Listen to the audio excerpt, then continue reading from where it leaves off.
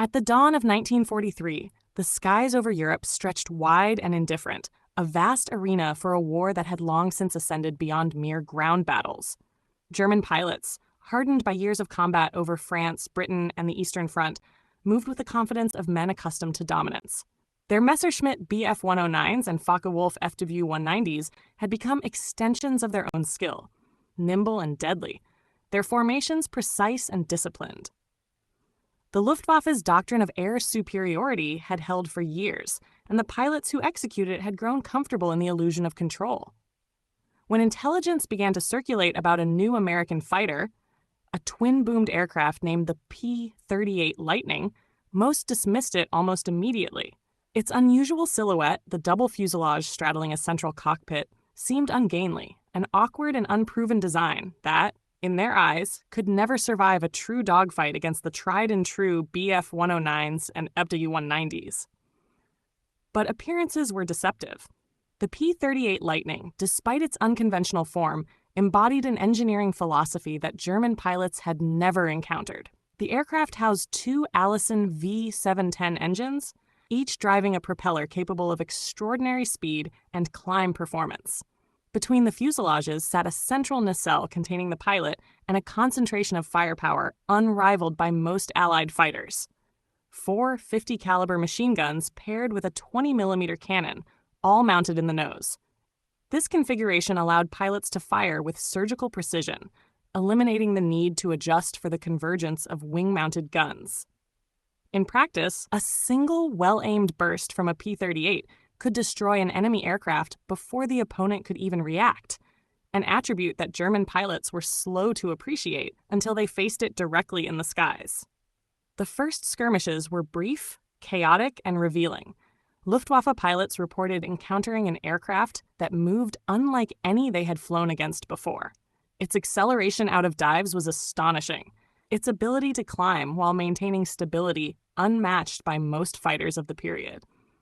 Those who attempted to engage it using traditional deflection fire or turning tactics found their maneuvers frustratingly ineffective. The P-38 could climb to high altitude rapidly, then dive with terrifying speed, all while maintaining a stable firing platform. Even seasoned aces began to notice that confidence in conventional tactics only seemed to amplify the Lightning's effectiveness against them.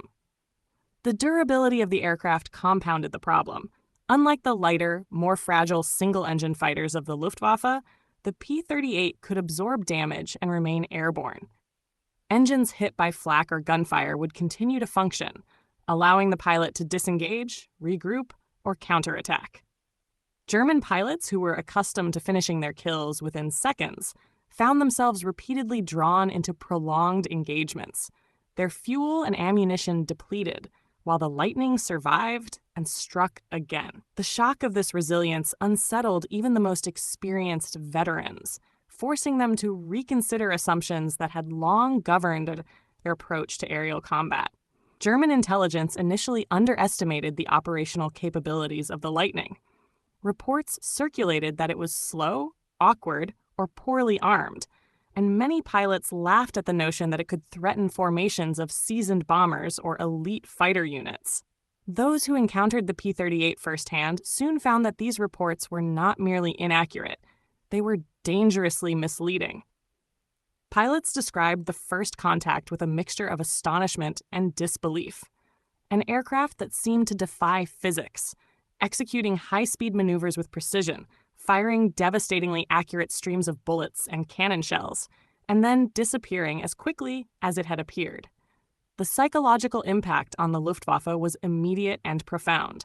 Pilots who had once fought with a sense of mastery now approached engagements with caution and unease. Veteran units reported that their confidence, previously unshakable, was beginning to falter. The Lightning's presence forced a reevaluation of established tactics, as traditional formations and attack angles proved inadequate. The once predictable dogfights became arenas of uncertainty, where any miscalculation could result in the sudden, violent destruction of even an ace pilot. The P-38's twin engines played a pivotal role in this shift. They provided not only speed and power, but a level of redundancy that German fighters lacked. A damaged P-38 could often return to base on one engine alone, a fact that frustrated Luftwaffe pilots who had expected to eliminate their adversaries quickly. This resilience extended the Lightning's presence in combat, allowing it to patrol, attack, and evade repeatedly, making it a constant threat rather than a single engagement fighter. The combination of endurance, firepower, and maneuverability created a psychological effect that rivaled its material impact on the battlefield. Early dogfights revealed another dimension of the P-38's superiority. Its concentrated nose armament allowed for highly accurate long-range firing. Unlike fighters with wing-mounted guns that required precise angle and distance adjustments, the P-38 delivered all its firepower directly along its line of flight. German pilots found that even evasive maneuvers often failed to prevent damage. A single burst from a Lightning's nose could rip through fuselage, wings, or tail assemblies, leaving little chance for recovery. This innovation fundamentally altered the calculus of aerial combat in a single engagement, leaving Luftwaffe pilots scrambling to adapt. Encounters over Europe and later in the Pacific demonstrated the versatility of the Lightning. It could perform high-speed dives to strike ground targets, escort bombers across vast distances, and engage in dogfights against both single and twin-engine enemy fighters. Its combination of power, speed, and endurance made it exceptionally difficult for German pilots to predict, counter, or outmaneuver. Pilots reported that the aircraft's mere presence altered the flow of air battles, forcing the Luftwaffe into defensive positions they had previously reserved for retreat or minor skirmishes. The cumulative effect of these engagements was staggering. Reports of enemy losses mounted rapidly as the P-38 demonstrated its lethal potential. Pilots who had once laughed at the aircraft now faced the uncomfortable reality of being outclassed in multiple domains: speed, firepower, maneuverability, and resilience. German air units began recording instances where entire formations were disrupted, their cohesion shattered by the unexpected arrival of Lightning squadrons. The aircraft's impact was not limited to physical destruction. It eroded confidence, strategy, and morale. Ground commanders and Luftwaffe strategists soon recognized that the P-38 was no ordinary fighter. It threatened critical operations, including bomber escort missions, interception points, and airfield patrols. Pilots who survived early encounters described the Lightning as relentless and unpredictable, capable of striking at will and retreating before retaliation could be effective. The tactical advantage that German forces had long relied upon, the ability to dominate engagement zones, was slipping away, replaced by uncertainty and heightened risk at every sortie. Airfields across occupied Europe began noting the shift in Luftwaffe losses. Pilots were increasingly hesitant to engage Lightning units, and formations became fractured under pressure. German aces who had previously pursued superiority with confidence were now calculating risks more carefully, often deferring action rather than confronting the unfamiliar threat head-on. These subtle changes reflected the deepening influence of the P-38 on aerial strategy and operational planning. Even when the Luftwaffe managed to mount attacks against the Lightning, they discovered that traditional tactics were insufficient. High-speed dives, coordinated flanking maneuvers, or attacks from blind spots no longer guaranteed success. The P-38 could outclimb, outdive, and outgun opponents simultaneously. Its combination of agility and firepower made German pilots reconsider every principle they had relied upon for years, a testament to the Lightning's revolutionary design. The first detailed intelligence assessments confirmed what pilots had already experienced firsthand. The P-38's range, speed, and concentrated firepower made it one of the most effective fighters in the Allied arsenal. Reports of kills and damaged aircraft rose sharply, and analysts noted the psychological toll on German pilots. Units that had once approached aerial engagements with near absolute confidence now displayed caution, hesitation, and in some cases, outright avoidance.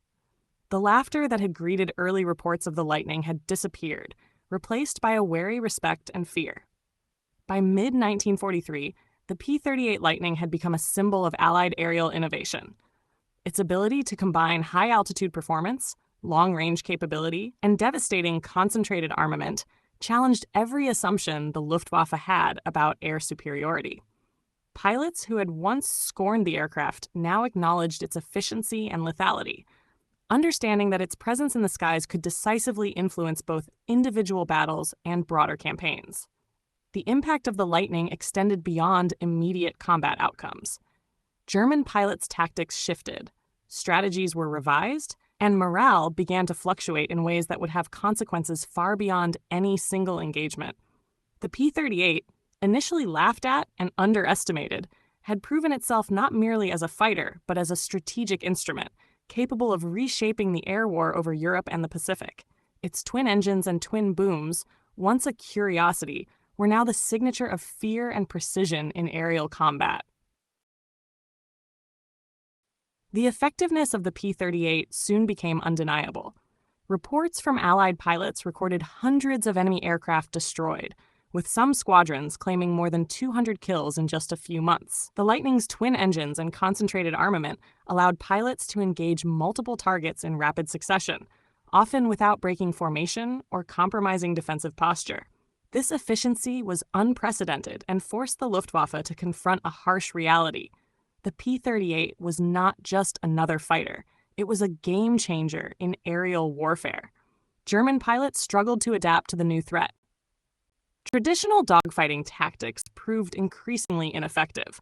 Flanking maneuvers, turning fights, and head-on attacks were countered with precision fire from the P-38's nose-mounted cannon and machine guns. Even experienced pilots who had survived hundreds of engagements found themselves vulnerable to its speed, long-range reach, and maneuverability. The psychological impact compounded the material losses. Every sortie carried the knowledge that an encounter could be fatal and that the odds were no longer in their favor.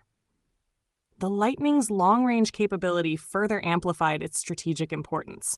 Missions that once required careful calculation of fuel reserves could now extend deep into enemy territory, escorting bombers and striking at targets previously considered unreachable. German forces discovered that their airspace, once a safe zone behind the front lines, was no longer secure. The P-38 could patrol far ahead, intercept enemy formations, and retreat before counterattacks could be organized. Its presence redefined the boundaries of the European and Pacific theaters alike. German command attempted to develop counter-strategies. Pilots were instructed to avoid prolonged engagements, focus on high-speed attacks, and exploit blind spots. Specialized tactics, such as coordinated ambushes and hit-and-run formations, were tested. Yet the Lightning's combination of firepower, speed, and durability repeatedly neutralized these efforts. For every tactical advantage the Luftwaffe devised, the P-38's design and pilot skill created a countermeasure. German aces began to acknowledge a sobering truth. The aircraft they had initially mocked was now dominating the skies. The psychological toll on Luftwaffe pilots was immense. Confidence waned as encounters with the Lightning multiplied. Missions that would have once been routine now carried a pervasive sense of danger. Veterans reported a growing sense of apprehension, while younger, inexperienced pilots faced a steep learning curve under relentless pressure. The once feared German fighter force was beginning to feel the strain of continuous attrition, compounded by the unforgiving presence of the P-38. Allied pilots, conversely, gained both confidence and tactical freedom.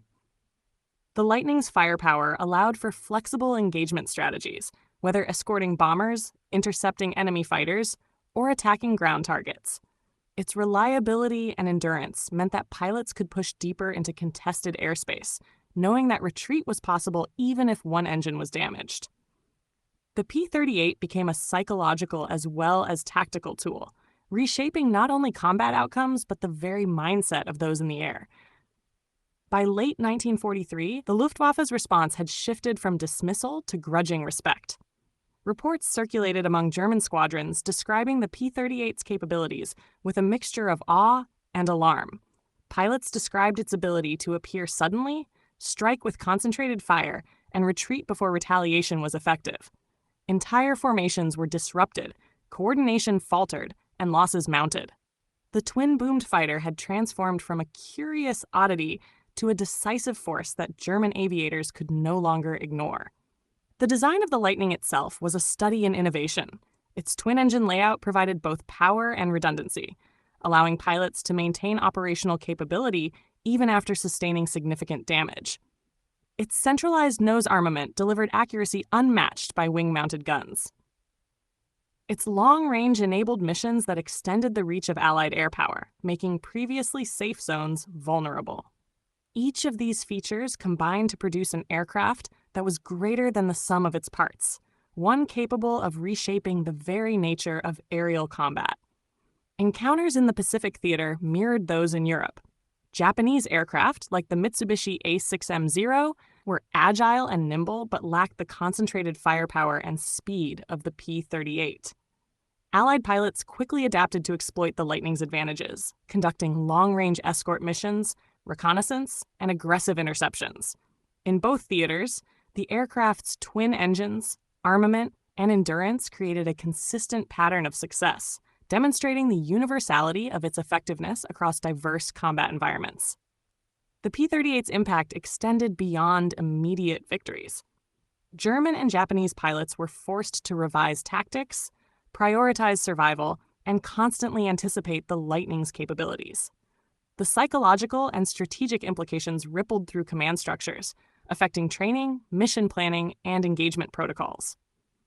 In this sense, the aircraft achieved an influence far greater than its numbers alone would suggest, shaping the way air combat was conducted on both sides. Casualty reports and mission logs began reflecting a stark pattern. Units that had previously dominated specific air corridors found themselves contested, often at a cost far greater than anticipated. Veteran German pilots noted that the Lightning's presence in numbers could overwhelm formations, disrupt command cohesion, and alter the timing of operations.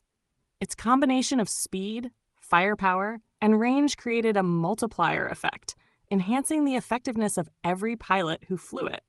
Despite all attempts to counter it, the Luftwaffe could not regain air superiority in the areas contested by the P-38. Attrition, fatigue, and the continuous psychological pressure imposed by its presence contributed to an erosion of combat effectiveness.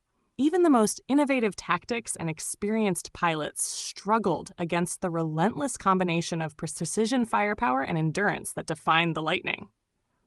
The skies, once dominated by the Luftwaffe, were no longer secure. By mid-1944, the aircraft had cemented its place in Allied strategy. It was used not only for bomber escort, but for reconnaissance, interception, and ground attack missions. Its versatility made it indispensable, and its reputation among German pilots as an unstoppable adversary became widespread. The twin-boomed Lightning, once laughed at, had become a symbol of Allied ingenuity and a harbinger of the Luftwaffe's declining dominance. In retrospect, the P-38 Lightning represented a turning point in aerial warfare. Its combination of long-range, durability, and concentrated firepower demonstrated that technological innovation, when coupled with strategic application, could decisively influence the outcome of the war. German pilots who had once underestimated it came to recognize its lethal efficiency and unmatched versatility. The aircraft's legacy was not merely in the number of enemy aircraft destroyed, but in its ability to alter the very nature of air combat. The final impact of the P-38 was as psychological as it was tactical. German pilots, faced with this relentless adversary, adapted slowly, often reacting rather than acting. Entire campaigns were influenced by the presence of an aircraft that could strike at will, protect Allied bombers, and survive damage that would cripple lesser fighters. The Lightning had redefined the battlefield in the air and forced the Luftwaffe to acknowledge a new reality. Dominance was no longer assured, and a single innovative aircraft could rewrite the rules of engagement. By the war's end, the P-38 Lightning had claimed over 200 enemy aircraft in the hands of Allied pilots, a remarkable tally that reflected not only skill, but the technological superiority it embodied. From initial skepticism to feared adversary, the twin-boomed fighter had transformed the skies, leaving a lasting legacy in the history of aerial combat. What German pilots had once laughed at became an instrument of fear, precision, and strategic dominance. An enduring testament to the intersection of engineering brilliance and combat effectiveness.